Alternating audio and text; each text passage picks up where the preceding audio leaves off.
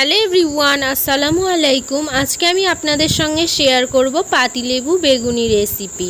আজকের রেসিপিটা ইউনিক, সম্পূর্ণ ভিডিওটি আপনারা দেখতে থাকুন। আজকের রেসিপির জন্য প্রথমেই আমি একটি বেগুন ভালোভাবে পরিষ্কার করে ধুয়ে নিয়েছি। এখন বেগুনের মুখটা আর পেছনটা কেটে নিচ্ছি। এখন যতটুকু সম্ভব পাতলা করে আমি বেগুনটা কেটে নিচ্ছি বেগুনি বানানোর জন্য।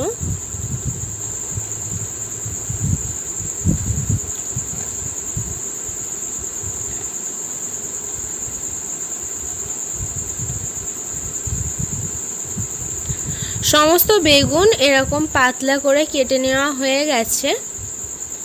এখন একটি বোলের মধ্যে নিয়ে নিচ্ছি পরিমাণ মতো বেসন, স্বাদ মতো নুন, জিরে মরিচের গুঁড়ো, গরম মশলার গুঁড়ো, হলুদ গুঁড়ো আর দিয়ে দিচ্ছি অল্প একটু জল। এখন হাতের সাহায্যে ভালোভাবে মিক্স করে নিচ্ছি।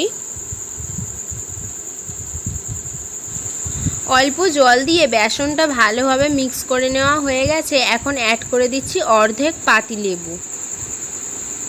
তারপরে আবারও ভালোভাবে মিক্স করে নিচ্ছি বেসনটা। এখন অল্প অল্প করে জল অ্যাড করে, খুব মোটাও না আবার খুব পাতলাও না, এরকম ঘনত্বের একটি ব্যাটার বানিয়ে নিচ্ছি।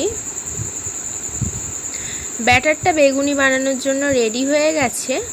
একটা স্লাইস করা বেগুন নিয়ে বেসনে কোট করে আপনাদেরকে দেখাচ্ছি ঠিক কেমন ঘনত্বটা হয়েছে। দেখুন বেগুনের গায়ে একদম ভালোভাবে কোট হয়ে গেছে।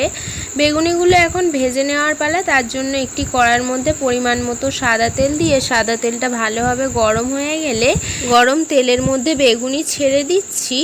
এখন ভালোভাবে উল্টে পাল্টে বেগুনিগুলো ভেজে নিচ্ছি। সেম প্রসেসে আমি সমস্ত বেগুনি ভেজে নিচ্ছি।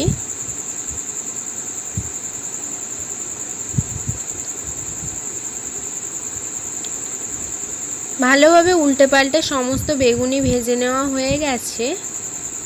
বেগুনিগুলো দেখুন খুব একটা লালচে কালার হয়নি, তার কারণ হচ্ছে আমি বেগুনিতে শুকনো লঙ্কার গুঁড়ো দিইনি।